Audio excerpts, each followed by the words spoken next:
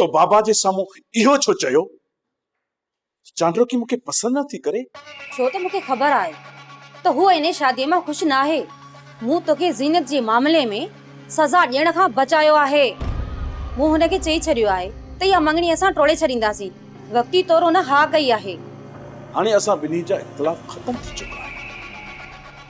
ओए भला तू चांड्रोकी के मुझे बारे में समझाई छो नथी? हिकड़ी गाल चवई उन्हें गलत मतलब न कढ जा। चलो चांड्रोकी सां तू पंहिंजो रिश्तो टोड़े छॾ।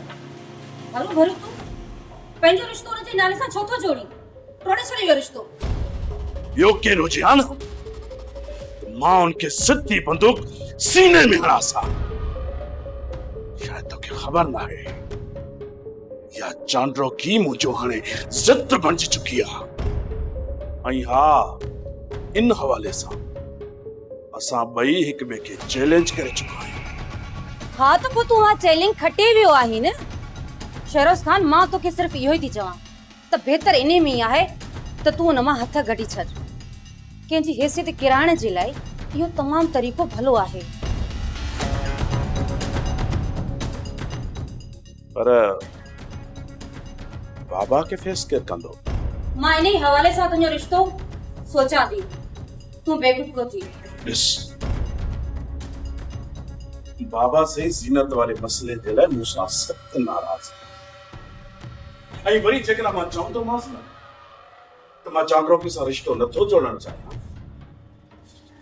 त में वधीक मुंहिंजे लाइ मसला पैदा थी वेंदा।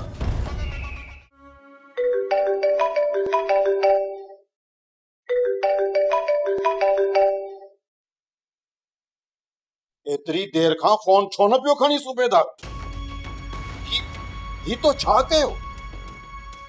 मुखे इतला ॾिनी, मुखां इजाज़त वरती तूं साले जे घर ते रेड करे उन जे भेण भाउ खे वठी पे वे। तुंहिंजी इहा जुर्रत थी की? सरकार मां मजबूर आहियां, मूं ते वॾो दबाव आहे। बिजार खान एसपी साहब खे वज़ीरनि ऐं मुशीरनि खां कानून पियो कराए।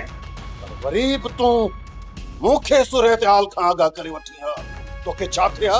हाँ इहा मुंहिंजी ग़लती आहे जंहिंजे करे आवां खां माज़रत पियो घुरां।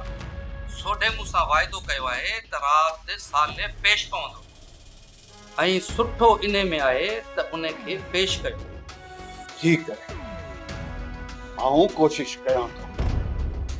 तूं मुखालफन के पंहिंजे एतमाद में वठी आऊं मुजरिम खे रात विच कानून जे हवाले करण जी कोशिश कयां थो। सरकार बिजार खान खे हिक कॉल करे वठो।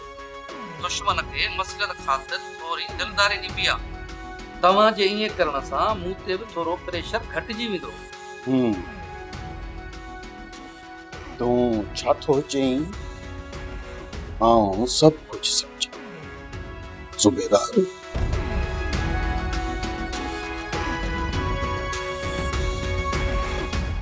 वेरुन जी वस्ती, वेरुन जी वस्ती।